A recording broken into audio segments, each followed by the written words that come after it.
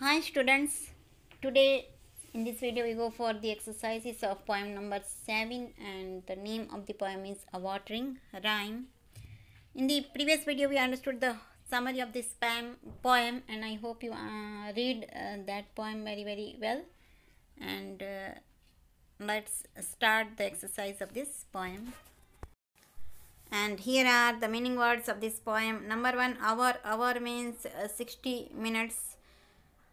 It is a unit of time. And number 2, watering means making something wet or to give water to plants.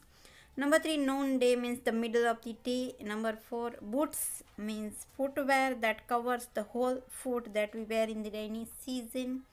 Soak means to make something wet, and heat means high temperature.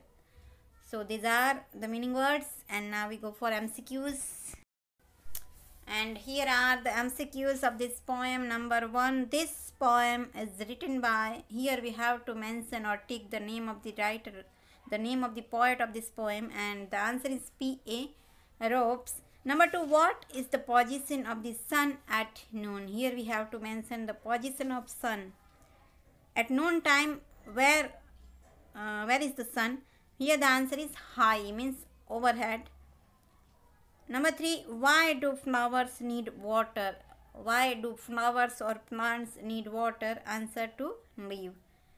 So these 3 MCQs, and now we go for true false.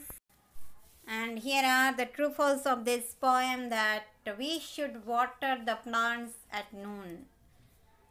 This is false, because we should water at the plants at morning or at evening, but not at the noon. Number 2, if we water the plants in the evening, the flowers will die. It is false also, because the flowers will die when we water the plants at noon, not evening. Number 3, we should water the plants at their roots. It is correct, because the poet suggested us that water the plants at their roots. So these 3 true false, and now we go for the fill the blanks. And here are the blanks of this poem. Number 1, the flowers will have water for their thirsty. Answer, feet. And number 2, high dash sun does not help the flowers. Here the answer is sun. Number 3, soak the earth around them through all the heat. So the answer is heat. Heat means high temperature. So these 3 blanks, and now we go for the another exercise. And here is complete the poem. One